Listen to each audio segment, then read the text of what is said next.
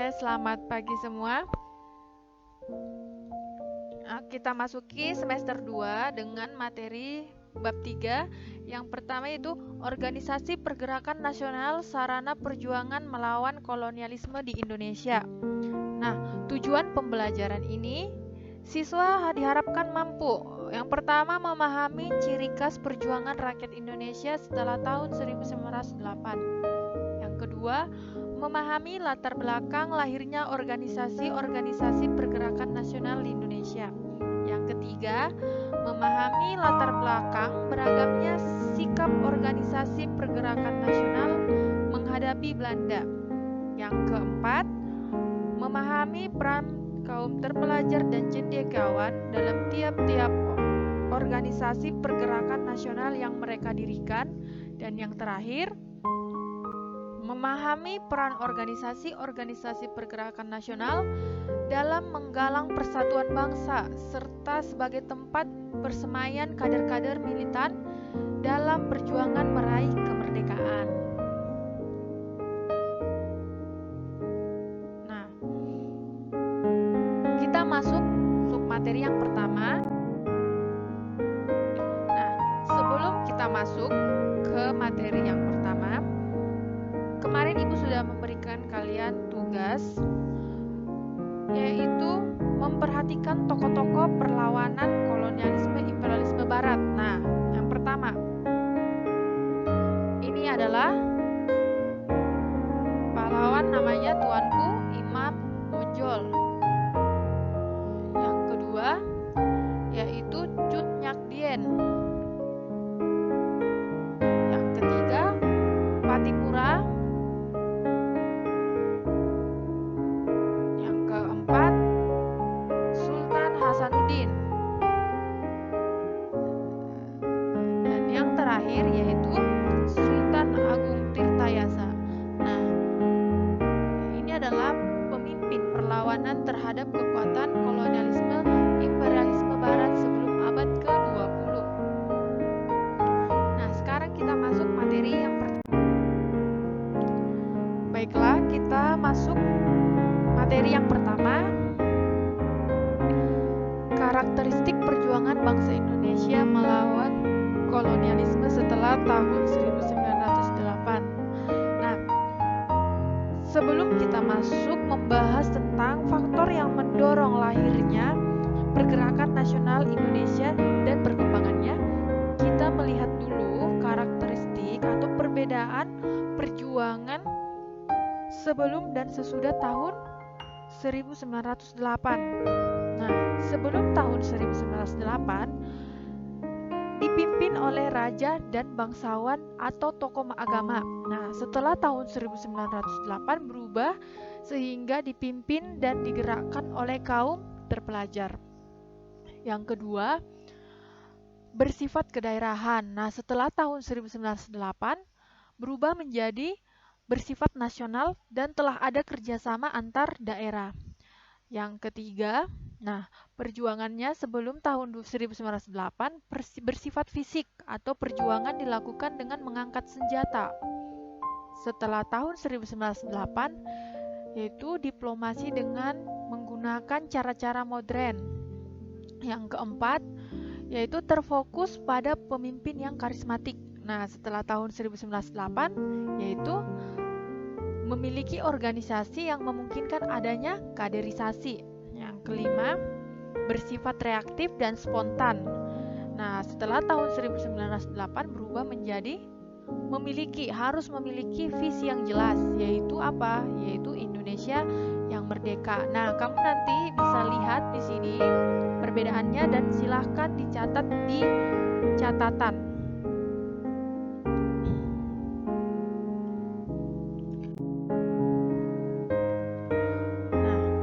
Sekarang kita bahas karakteristik perjuangan bangsa Indonesia melawan kolonialisme setelah tahun 1908. Yang pertama, dipimpin dan digerakkan oleh kaum terpelajar. Munculnya kaum terpelajar pada masa ini tidak terlepas dari politik etis. Semula dimaksud untuk memperoleh tenaga kerja murah. Pendidikan yang diselenggarakan bagi kaum pribumi ini pada awal abad ke-20 justru melahirkan golongan cendekiawan yang menjadi penggerak perjuangan melawan kolonialisme. Mereka antara lain yaitu Dr. Sutomo, Suwardi, Suryadiningrat, Soekarno, Muhammad Hatta, dan Sultan Syahrir. Nah, yang kedua yaitu bersifat nasional. Setelah tahun 1908, hampir seluruh Nusantara menjadi satu kesatuan dalam politik, hukum, pemerintahan, dan berada di bawah kekuasaan kolonial Belanda. Nah, hal ini merupakan cita-cita besar Belanda melalui Pact Nederlandika. Nah, di sisi lain, keberhasilan dari Pact Nederlandika ini justru mampu menyatukan rakyat Indonesia dalam satu perasaan senasib dan sepenanggungan.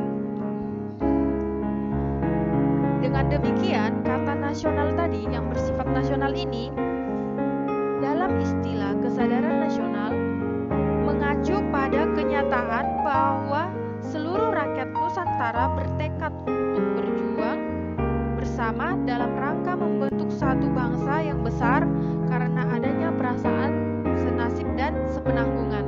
Nah, ciri yang ketiga yaitu perjuangan menggunakan jalur organisasi. Nah, di sini para tokoh perjuangan menggunakan cara-cara modern seperti apa? Adanya diplomasi, kampanye lewat pers, rapat akbar, dan pada tingkat yang paling ekstrim yaitu mereka menolak bekerja sama dengan pemerintah kolonial. Nah, penggunaan jalur organisasi ini dilatar belakangi kesadaran bahwa bangsa Indonesia tidak sanggup menandingi kekuatan keuangan, persenjataan, serta organisasi politik dan militer Belanda.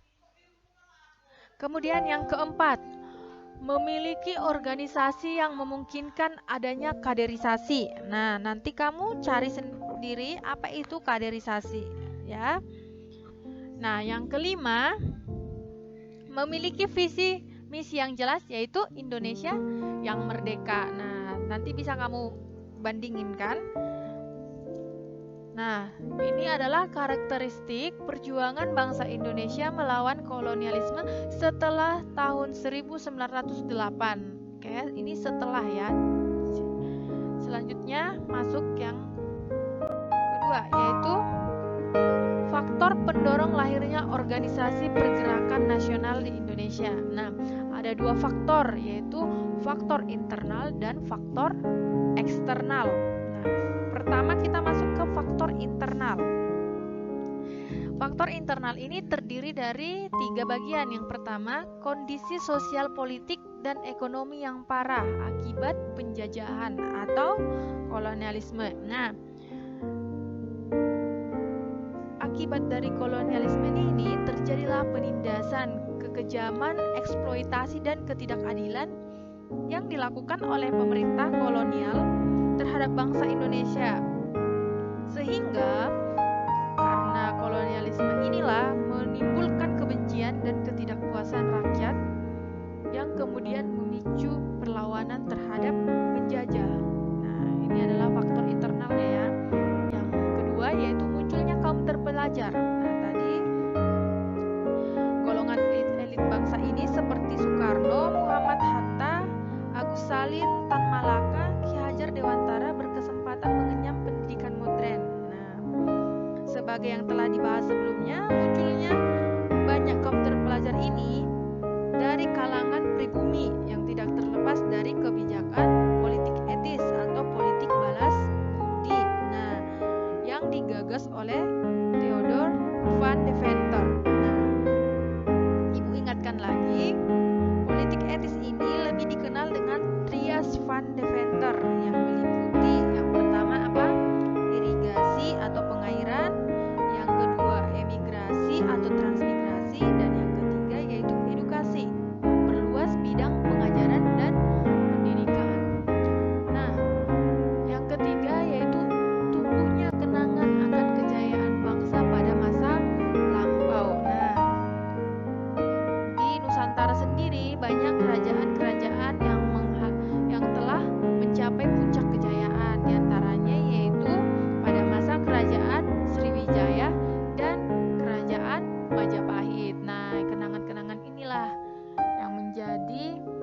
faktor internalnya. Nah, kita masuk yang kedua yaitu faktor eksternal. Berarti faktor dari luar. Yang pertama yaitu kesuksesan pergerakan di negara-negara lain. Nah, kesuksesan pergerakan nasional di negara-negara lain seperti di Asia Afrika termasuk yaitu di Cina, di India, Filipina, Turki, dan Mesir. Nah, membangkitkan semangat rakyat Indonesia untuk menikmati kesuksesan yang sama, yaitu terwujudnya kemerdekaan. Nah, yang kedua yaitu kemenangan Jepang atas Rusia. Nah, yang dimana terjadi perang pada tahun 1905.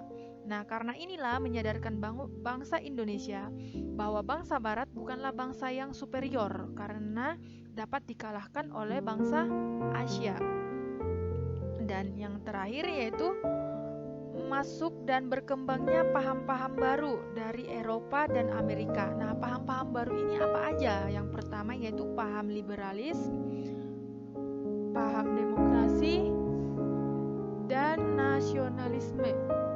Ya, yang membangkitkan motivasi pada diri golongan terpelajar untuk berjuang membebaskan dari belenggu penjajahan. Nah, ini adalah faktor internal dan faktor eksternal mendorong lahirnya organisasi pergerakan nasional di Indonesia.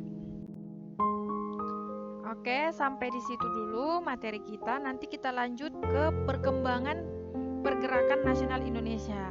Tadi sudah Ibu jelaskan karakteristiknya, faktor-faktor lahirnya. Nanti di materi selanjutnya Ibu akan jelaskan perkembangannya. Nah, jangan lupa nanti tugasnya dikerjakan ya. Ini kerjakan, kemudian dikirim di classroom. Oke. Sampai di sini video kita, sampai ketemu di video selanjutnya. Terima kasih.